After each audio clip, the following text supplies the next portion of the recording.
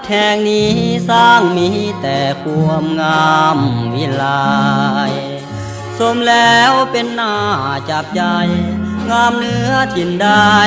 ในเล่างามธรรมศาสตร์ตามภูผาป่าดงโขดเขาถิ่นใดจะมางามเท่าส่องเป็นเงายามแสงเมฆบา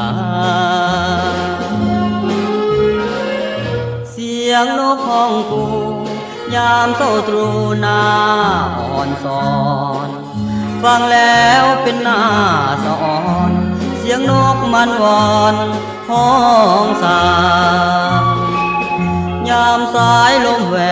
กเสียงใบแปกเลียงร้องกองดังหน้าผาเลียพิมน้องตังหมู่นกยางจอบบินกินฟ้าเมืองสุยภัยก็ยังต้องการยินแล้วอยากไปพบผ่าน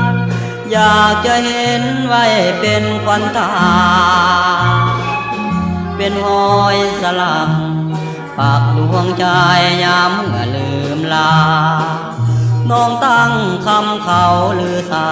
อาบเย็นกายยามลงแลนั่งจอมผู้โซเหลียวงงคืนเต่ากลับมาเมืองสุยแสนงามสง่า